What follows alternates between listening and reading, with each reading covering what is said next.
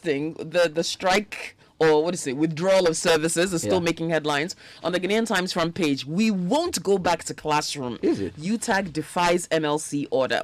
Also, Ghana Health Service to deploy single-dose vaccines to COVID-19 hotspots. President Akufo-Addo pleads for endorsement of MMDCE nominees after broader consultation. And 2 grabbed in connection with death of policewoman at Nkoko.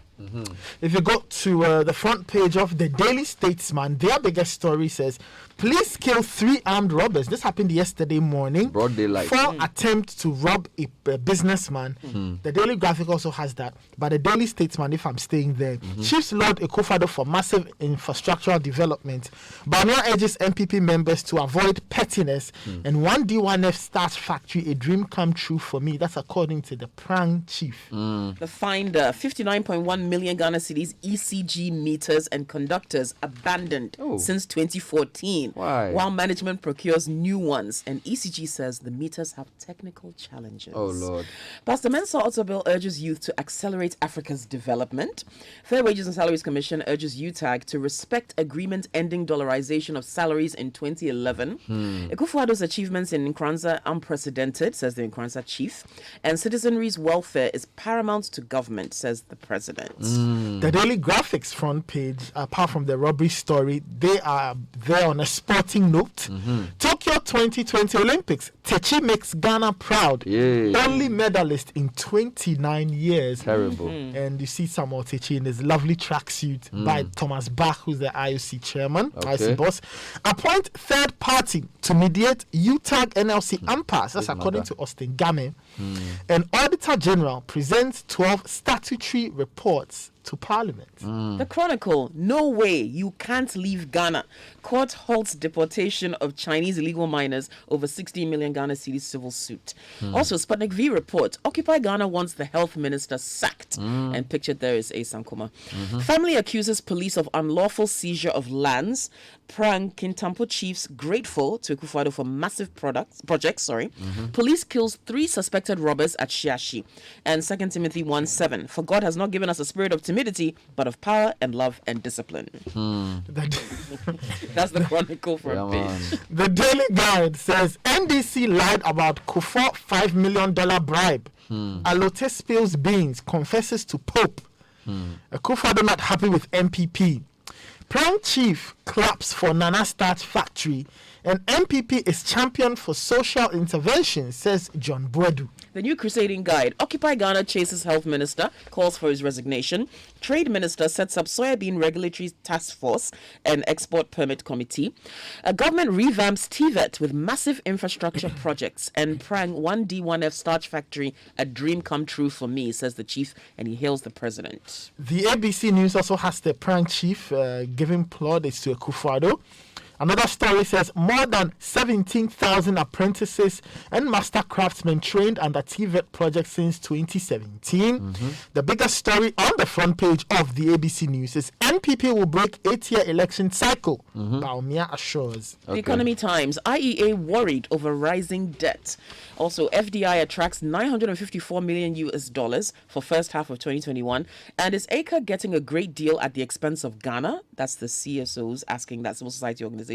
Several of them are asking questions about that deal. Okay, and the BNFT's front page, they have a number of stories on their front page. The biggest one says hotels, tour operators saddled with nearly 20 taxes.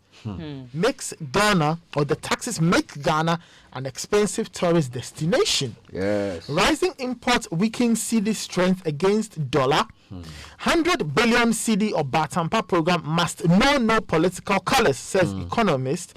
And he adds that its success hinges on right institutions.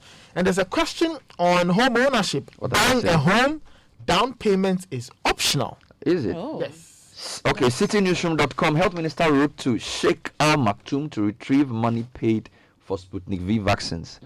Also, NLC threatens to drag UTAC to court for contempt. Meanwhile, university senior staff suspend strike. So of the 2 strikes, 1 suspended. In other stories, Ajimamenu must resign. Other corporates should be sanctioned. This is Occupy Ghana. And ASEPA is also saying initiate criminal proceedings against Ajimamenu or will petition CID. So 3 of the 5 stories are Ajimamenu related. Also, 8 questions on the proposed ACA AGM GMPC deal That's also on citynewsroom.com. And reconsider demolition exercise at Budumburam. Refugees to government. Now, citybusinessnews.com. Akufo-Addo appoints Farouk Mahama as board chair of Ghana Integrated Iron and Steel Corporation. Also, CSO's petition parliament over GMP's move to acquire stake in Eka Energy and AGM Petroleum. My journal line is leading with Sputnik vaccine procurement. Sheikh Al Maktoum agrees to refund $2.47 million to Ghana. Also, every arm of government failed in this exercise. Kofi Bento on the Sputnik vaccine. Meanwhile, Ghana records 30 deaths in 7 days, COVID-19. And Accra RegSec orders arrest and prosecution for breaches of COVID-19 protocols. So take note of that. Now, if you go to Star FM, Ajimamenu chases Dubai Sheikh for refund of bought Sputnik V deal. Visa-free agreement with UAE not yet active. Ghana Embassy clarifies. And Central Region, land guards invade Kojukrum, demolish over 100 houses. Hey. And a man is shown with a cutlass in his hands. Very serious indeed. The Ghana reports has an interesting headline. Create police ministry to avoid political interference. This is the former IGP. And over 30 drivers arrested for unlawful parking in parts of Accra. Let's get into the details quick. All right. Well, like you mentioned, the vaccine issues with the health minister, but the labor issues still. We won't go back to classroom. This is the big story in the Ghanaian Times. In the center spread, UTAG defies NLC order. The University Teachers Association of Ghana has resolved to continue with the industrial action until all their demands are fulfilled by the government. UTAG, which is made up of lecturers from the country's 13 public universities, in a joint statement from each of the local chapters and signed by the National Secretary, Dr. Eric Abavari, asked the National Executive Council to still pursue the industrial strike for the restoration of their 2012 conditions of service. It said following the stalling of negotiations of the conditions, which culminated in declaration of a nationwide withdrawal of teaching and related activities, all local branch members of the public universities were tasked to convene an emergency meeting to solicit views of members on the way forward. They say they are focused, united, and resolute. And we read that statement on air yesterday. It goes on to list all of the universities, and they say again that they've been back and forth with the NLC, but nothing has been done. Hence the decision to continue the industrial action. But there's good news here, because then I don't think the newspapers have this. University Senior Staff Association suspend strike. So you know there were two strikes. So what we have on City Newsroom is that the National Executive Council of the Senior Staff Association Universities of Ghana have suspended their strike, which they declared on August the 2nd. In a letter signed by the National Chairman of the Association, Zakaria Mohammed, members were directed to resume work immediately. He said the decision follows the National Labour Commission ruling on August the 6th and various interventions made by the Minister of Education or Ministers of Education, Employment and Labour Relations and the Fair Wages and Salaries Commission. And the letter is published here, dated 9th August. And they say they will continue to engage faithfully with government and other relevant stakeholders in their fight for justice, fairness, and equity in the salaries and allowances administration of their members. They therefore call on all senior staff across the 16 public universities to resume work without further delay. The letter is published on our website. If you go to page 16 of the Daily Graphic, Austin Game is saying that all this needs a third party. Now, he's called for an independent third party to intervene in the impasse between the NLC and the UTAG over the association's ongoing strike. That, he said, was because of the loss of confidence by the association in the NLC over the issue. He was speaking to the Daily Graphic and he said, quote, "So now we need an impartial third party who has no say in the matter to step in and help reach an expedited resolution of the matter by doing MEDAB, a dispute resolution process that combines mediation and arbitration." Right. So many articles concerning the health minister, Sputnik V vaccines, and matters arising. Now, Occupy Ghana has waded in. A pressure group, Occupy Ghana, is calling on the Minister of Health, Kweku Agyeman-Menu, to resign or to be sacked from office for the role that he played in the Sputnik V vaccines acquisition. They issued a statement yesterday saying that the health minister entered into an international business transaction and paid or supervised the payments of monies under the transaction without parliamentary approval, cabinet approval, PPA approval, or ratification, and without the endorsing advice of the Attorney General. Now, they've printed the full statement here in the Chronicle. I'm sure we'll go into it during the show, but I know you also have... No, there's a lot. I mean, on the Agyeman-Menu story, so let me just give you a summary of what I have. So, calls for Agyeman-Menu to resign over Sputnik V intensify. That's a story on citynewsroom.com. And then if you go to specifics, for example, Occupy Ghana, as you read, they're saying he must resign. Other corporates must be sanctioned in a statement that they sent out yesterday. Then the ASEPA is also asking the government to, asking the AG, I think, to initiate criminal proceedings against the minister, or they will petition the CID. But there's a new story where the health minister has written to the sheikh to retrieve the monies, and we're told that the sheikh has written back to say he's going to pay. So the story says that the health minister Kweku Agyeman-Menu has initiated moves to retrieve a fraction of the money paid to, or parts, I don't know why you read the fraction, parts of the money paid to the Dubai-based businessman Sheikh Al Maktoum for the botched 300,000 doses of Sputnik V. A letter signed by the minister and addressed to the businessman requested a refund of the money paid for undelivered doses of the vaccine. Now, in the letter he said, by this letter I wish to formally request for the refund of the remaining amount for the non-supplied doses, which should be the total amount paid to your office minus the amount due for the 20,000 doses you already supplied, in line with your earlier email dated 25th July, in which it was affirmed that on the 13th of April 2021, funds were transferred into your account as 50% advance for the initial batch of 300,000 doses. Now, if you go to my journal line, they have a follow-up there where they are now saying that the Sheikh has agreed to refund 2.47 million US dollars, being the amount that the minister requested for. So the Ministry of Health says the Sheikh has agreed to refund $2.47 million paid by Ghana for the supply of 300,000 doses of the vaccine. Now, this was contained in the same letter, or a letter cited by Joy News and signed by Chief Director Kwabena Boedu Okoafare to the Finance Ministry dated August 9. The letter was in reference to an earlier one dated August 5 from the Sheikh to the Minister of Health. So the details of the story are given. So there seems to be some movement there. Be that as it may, multiple groups are asking for the man to resign. They are saying that different groups failed, including Parliament, the executive, for allowing all this to go through. So there's a lot more coming up on this story as we proceed. Nathan. If you go to the Daily Guide, let's go on the road. And the prank chief is happy with the president, and he says Nana Kojo Nyako III, he's lauded the president for establishing a starch processing factory in his district under the 1D1F initiative. Okay. The president, at the commencement of his 2-day working visit to the Bono East region, inspected the massive factory, and the chiefs and people of the district were happy with the progress of work, as well as the president's commitment to create an enabling environment for jobs to flourish. Okay. Right, let's talk about this issue with the police gunning down 3 armed robbers and arresting 2 others. Yesterday, police shot 3 armed robbers dead in a shootout at Opebia near the Kutuka International Airport. The 3 were identified as Akika Christian Roberts, Al Hassan, and Al Haji. Abdul Latif, age 47, and Prosper Koku, 27, were suspected to be accomplices. They were arrested and put in police custody. Bodies of the 3 deceased persons have been deposited at the police hospital morgue. In a statement signed by the Assistant Commissioner of Police, Kwesi Ofori, he said intelligence available to the police indicated that the gang was planning to attack and rob a businessman who was withdrawing money from a bank around airport. So police laid surveillance on the robbers. When they showed up, the officers closed in on them. There was a shootout. Akika Christian Robert was armed with a Taurus foreign pistol. He shot and wounded a police officer in the shootout, but he eventually succumbed to police firing power. The police officer who sustained a gunshot wound in his right leg is in stable condition. He's currently receiving medical attention. The police have retrieved 1 Taurus foreign pistol, and it was loaded with 27 rounds of ammunition.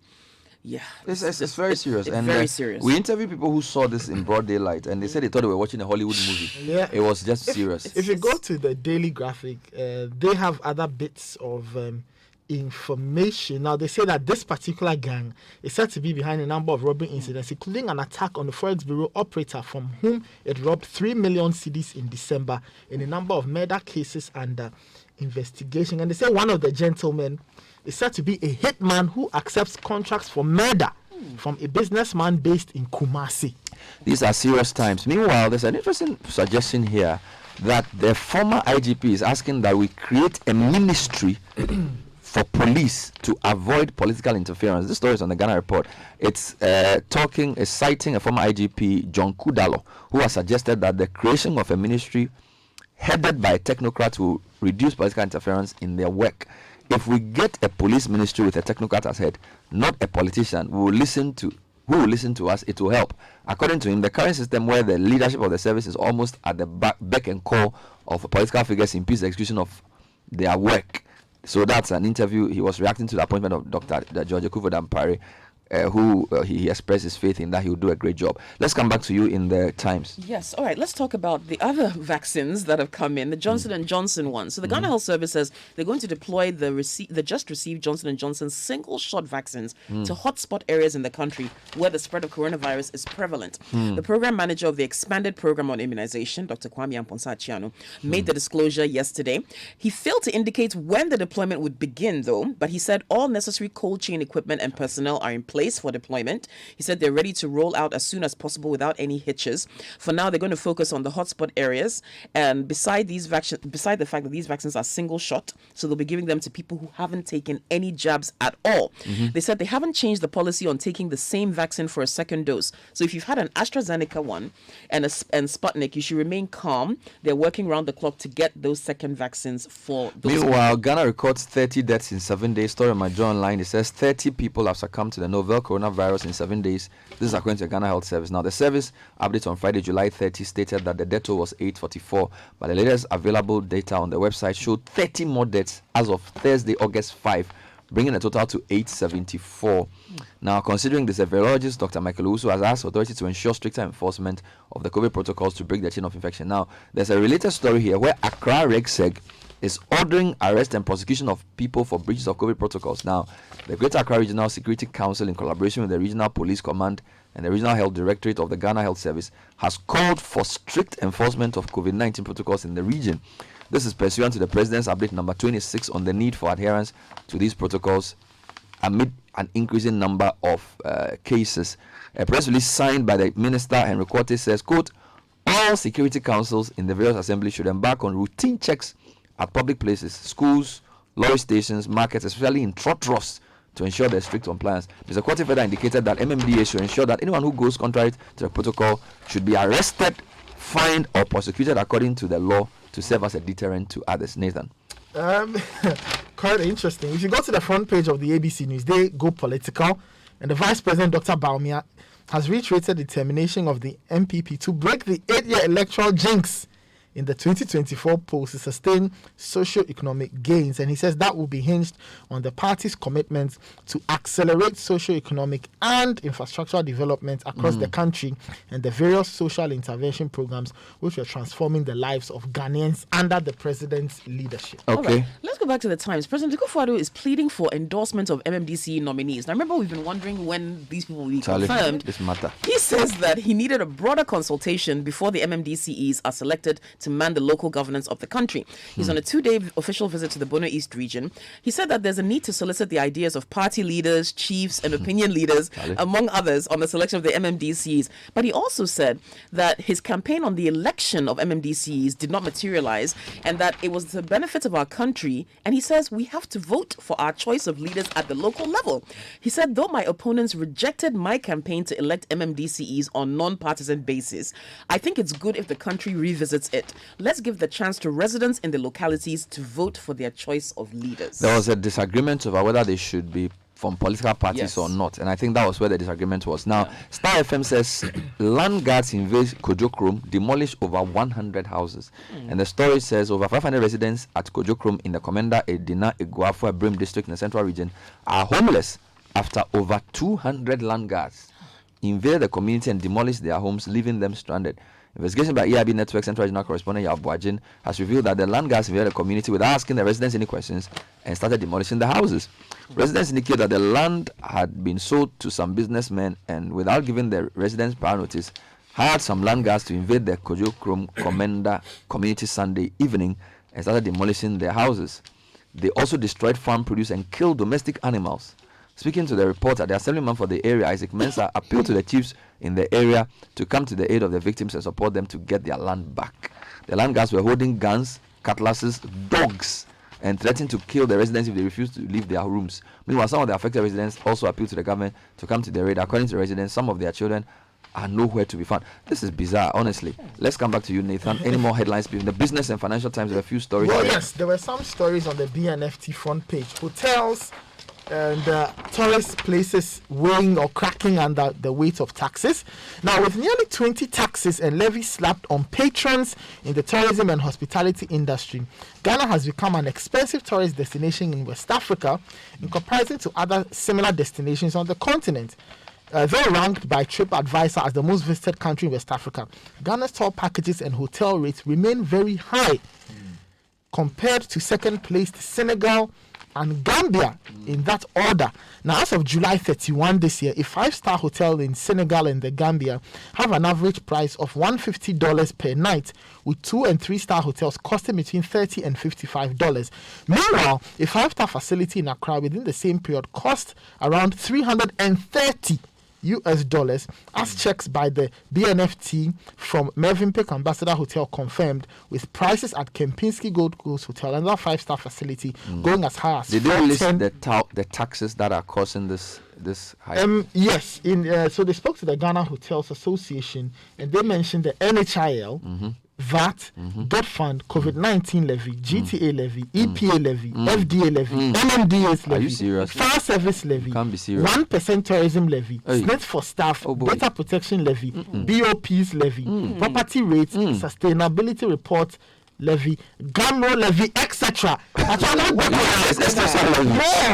It's like Oh, 12 or something, horrible. probably more. Yeah. This is serious. Yeah. So the hotels can't compete with their West African Yes, neighbors because of the because tax of build-up. taxes. Have they spoken to any finance official or any tax official on why this build-up is there? No. This is essentially from the hotel's perspective. Yes, so this is from their checks and also Who wrote the story? It's a good this story. is Wisdom Johnny Nwekpe. Okay, let's end with the editorials. Okay, I wanted to give you the ECG meters one. Yes, do that. Yes, 59.1 million Ghana cedis ECG meters conductors abandoned. Now, these were procured between 2014 and 2016. According to the Auditor General's report, they are still in storage. They haven't been used. The Auditor General wants the officers who engaged in procurement to pay, or ECG management should ensure that the prepaid meters and conductors are issued out to users. If they fail to do that, they should be paid for. But ECG says that they have technical challenges with the meters, and that's why they haven't been able to use them and they're locked Wow. up. Yeah. Okay, let's see quickly editorials. Editorials. Okay, the Ghanaian Times. Only sacrifice can resolve the UTAG and government impasse. So Okay. that's the editorial there.